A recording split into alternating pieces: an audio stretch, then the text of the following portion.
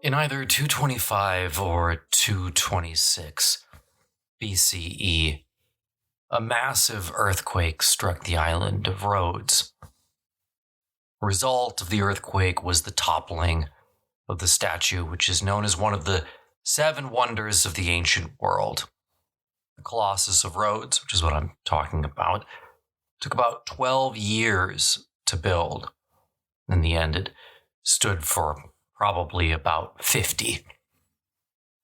The toppled remains of the Colossus were all left in place until 654 of the Common Era, when Arabian forces raided Rhodes and had the statue broken up and the bronze scrap sold. According to legend, the Colossus totaled more than 900 camel loads of said scrap.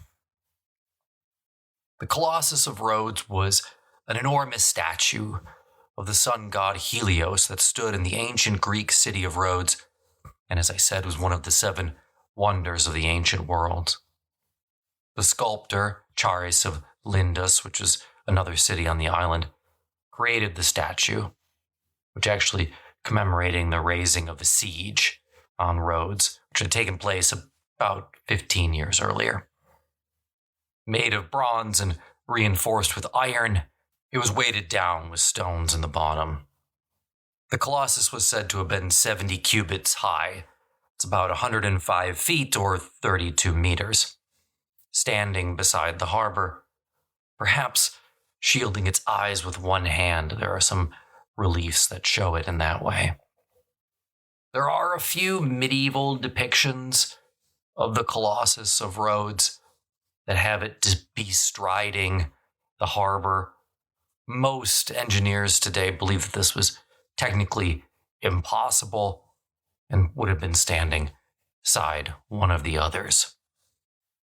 Regardless, in 225-226 BCE, the world lost one of the seven wonders of the ancient world, and we never have an opportunity to see it live again. Well, this is another history ramble. I do these every once in a while when something happens or something thematic comes up that sort of piques my interest. And today I wanted to take, a few minutes and talk a little bit about the fleeting nature of history in our world. Now, some of us think of history as just something in a book, a class that you have to take, so on and so forth. But the reality is that history is our connection to the past, and it's the way that we ground ourselves in our civilization. My take is Western civilization, but, there's any number of different avenues from which to explore similar concepts. It's about a shared heritage that we all can have some sort of connection to. For me, physical place has always been very important when it comes to that sense of history. I can read about the Colosseum until the sun goes down, but I don't really get a firm sense of what it must have been like until I stand inside of it, which I have had the opportunity to do, and I hope that everyone has the opportunity to do at some point. Now, the reason that I wanted to talk about this today is because, of course, if you've been following the news, and this is February 2023, I'm not sure when you're listening to this, there was a recent and massive earthquake that struck the modern-day nations of Syria and Turkey. And there's been a tremendous loss of human life, and every single human life that's been lost is a tragedy. Another tragedy is destruction to our heritage, because just like with a human life, the problem with the destruction of a historic site is that it doesn't come back. You can never restore it perfectly. I remember years ago watching the fire consume Notre Dame and recognizing after the fact that some of the timber that was used inside Notre Dame was from trees harvested outside of Paris that at the time were 800 years old. And so the reality is, replacing wood like that it's not going to happen. You can restore sites, of course, and you can build facsimiles. But at the end of the day, they just don't feel the same. At least they've never felt the same to me. And so I think sometimes as a world, we have to do a little gut check and realize, what do we need to do to save some of these locations? So the earthquake that just transpired destroyed part of what was called the Gaziantep Castle. This castle, if you're not familiar, was actually built by the Romans between the 2nd and 3rd centuries, part of their ongoing battles with the Parthian Empire at that point, but then was strengthened and expanded under the Byzantine Emperor, the famous Justinian I in the 6th century. It saw some changes during the Ayyubid dynasty in the 12th and 13th centuries, and actually played a prominent role in Turkey's War of Independence in the early 20th century. And sadly, as I'm sitting here recording this, a large chunk of it's gone, and we may never be able to replace it again. It's worth, I think, taking a second to recount and remember a couple of other recent historical sites that have gone to the proverbial dustbin of history. The city of Old Dubrovnik, so the old medieval classical downtown center. This was settled by the Romans and the Slavs on the Adriatic Sea, part of what was Yugoslavia a long time ago. After the 7th century, when it began, it grew into a major trading power. In fact, in the 19th century, the famous Lord Byron, who's going to die in the Greek War of Independence, dubbed it the Pearl of the Atlantic.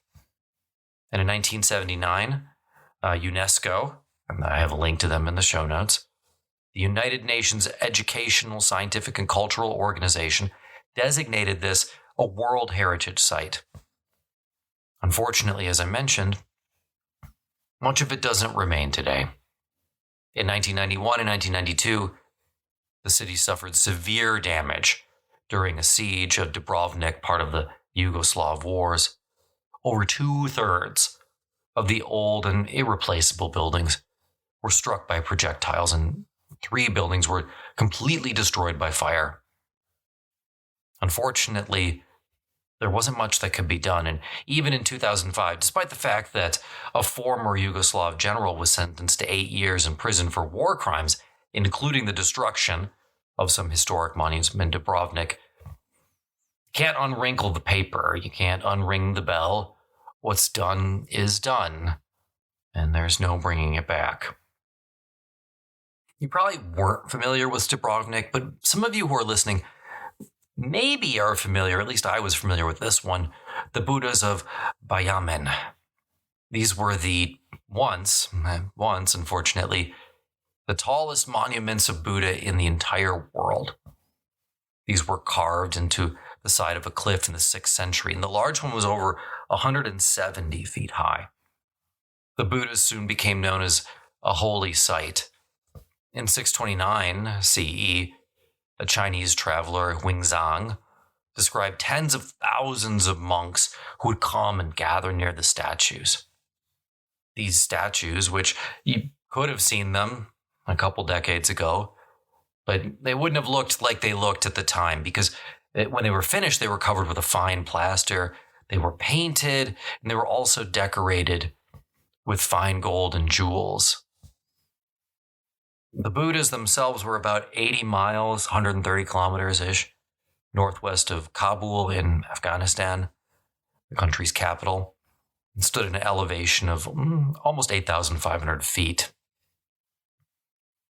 In this case, it wasn't natural disaster that took these treasures away. It wasn't a war. It wasn't anything like that. It was an intentional decision. In 2001, the Taliban, then in power, destroyed the Buddhas by deliberately bombing them. over several weeks. This destruction was just the continuation of a spiritual command by the leader Mullah Muhammad Omar. He ordered the destruction of these quote-unquote idolatrous statues in Afghanistan, costing us yet another cultural heritage site. The Great Mosque of Aleppo, likewise, was built between the 8th and 13th centuries. Traditionally, it was believed to have contained the remains of the prophet Zechariah, the father of John the Baptist, and it was one of the largest and oldest mosques in Aleppo, located within the wall of the city. But as you probably know, Aleppo lies within the war-torn nation of Syria that was also just hit with the earthquake. The Great Mosque's minaret, which is a tall tower from which a crier calls Muslims to daily prayer, was built in the 11th century and was considered to be one of the prime examples of architecture from the time.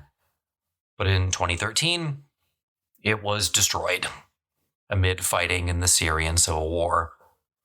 We're still not sure actually what caused the collapse of the tower. Both sides blame the other one for the destruction, but at the end of the day, from a historic perspective, it doesn't really matter. Because what matters is that it's gone and we can't get it back. Likewise, the gates of the ancient Assyrian city of Nineveh dated all the way back to the 7th century BCE. City historically was guarded by walls and multiple gates. Two of the most prominent gates were the Adad Gate and the Mashki Gate, also known as the Gate of God. But in 2016, again intentionally, ISIS destroyed both of the gates as part of an ongoing campaign against cultural sites and relics. Sometimes there isn't anything, of course, that we can do about sites that have been destroyed. But it's worth noting that while we may weep for these lost sites, there are others in the world that we still can save and that we could work as a people to ensure that these remain around for our children and our children's children. There's a couple of sites that I just wanted to highlight right now that are considered by UNESCO to be in some danger. One is historic Vienna, believe it or not. Vienna, situated on the Danube River in the eastern part of Austria, developed from the early Celtic and Roman settlements into a medieval Baroque city and eventually became the capital of the Austro-Hungarian Empire. It's probably most known as sort of like the center of European music, hosting major personalities in the development of European music from the 16th all the way to the 20th century, particularly Viennese classicism and romanticism. And most today consider Vienna to be the musical capital of Europe. It's also rich in architecture, particularly Baroque mansions, as well as 19th century structures. There's also streets lined with grand buildings, monuments, and parks. The property in this case consists of the city's medieval core, the principal Baroque, and then constructions at the beginning of the early modern period. In this case, it's kind of interesting. The property is owned by different groups. About 75% of these properties are in private ownership, 18% are publicly owned, and 7% is the Roman Catholic Church. In this case, the threat isn't war. It's not climate. It's certainly not anyone who is intentionally going out against the Baroque period. It's simple progress. Vienna is a living, breathing city. And as a living, breathing city, it's got to change. People need it to change. That's the way things work in cities. Now, that being said, there's value in the cultural heritage that's there as well, that I think is definitely worth protecting. Another example is Cyrene, which is actually a colony of the Greeks of Thera. Cyrene was one of the principal cities, believe it or not, of the Hellenic world. It's located in modern-day Libya. It was Romanized and remained a great capital until an earthquake of 365 CE. There's 1,000 years of history in the ruins there. I haven't gotten to see it yet, but these ruins have been famous since the 18th century. And I'd love to go, but they have been in danger. Since 2016, UNESCO has listed Cyrene as one of the sites most in danger due to just simple climate change and also political instability in the region. And then, of course, and I probably don't need to tell you why this site's in danger, but I'm going to anyway, the historic center of the old city of Odessa. It's part of a port located on the Ukrainian shores of the Black Sea. The city was founded in 1794 as part of a strategic decision by the then Russian Empress Catherine II to build a warm water port following the conclusion of the Russo-Turkish War that lasted from 1787 to 1792. Odessa has kind of a unique character. It developed rapidly and was extremely successful in the 19th century. It had really forward-looking governors, and it was a free port city from 1819 to 1859. What this meant was that because it was such an attractive trading port, many diverse peoples from across southeastern Europe went there and established multi-ethnic and multicultural communities, making Odessa one of the most cosmopolitan cities of the 19th century.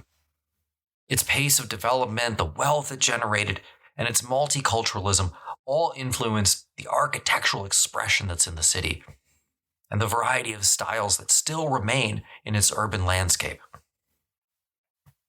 While the urban planning and architectural quality represented in Odessa could probably be found in other cities in former Russian and Austro-Hungarian empires, Odessa is a little bit unique in that it's preserved huge areas that contain part of its historic fabric, all of which reflect rapid and prosperous development in the 19th century. And it's worth noting that its population was simply far more diverse than many other cities, especially those in Western Europe. Thus, Odessa is really a testament to the multicultural and multi-ethnic traditions of Eastern European cities, especially in the 19th century. Its threat, I probably don't need to tell you this, but it's the war in Ukraine. Now, the reason that I bring all this up isn't to make us all sad, but the problem is we tend to only think of the destruction of these different sites when they've just happened, which, guilty as charged, is what I'm doing right now because we just lost a historical site in Turkey. But it's nice to think about them from a more proactive standpoint at times, and that's what I'm trying to do with this very short episode, is just a quick plug. I've got the link in the show notes. If you wouldn't mind, if you have the capability, or if you want to pass this along to somebody else, we can donate money to try to preserve and secure some of these locations. It's absolutely worth looking into, and there's a ton of value in making sure that these historic sites are there and that they are preserved for the future. There might not be anything that we can do about fires. There might not be anything that we can do to stop earthquakes, but there are things that we can do to try to make sure that these sites are preserved as best as they can be.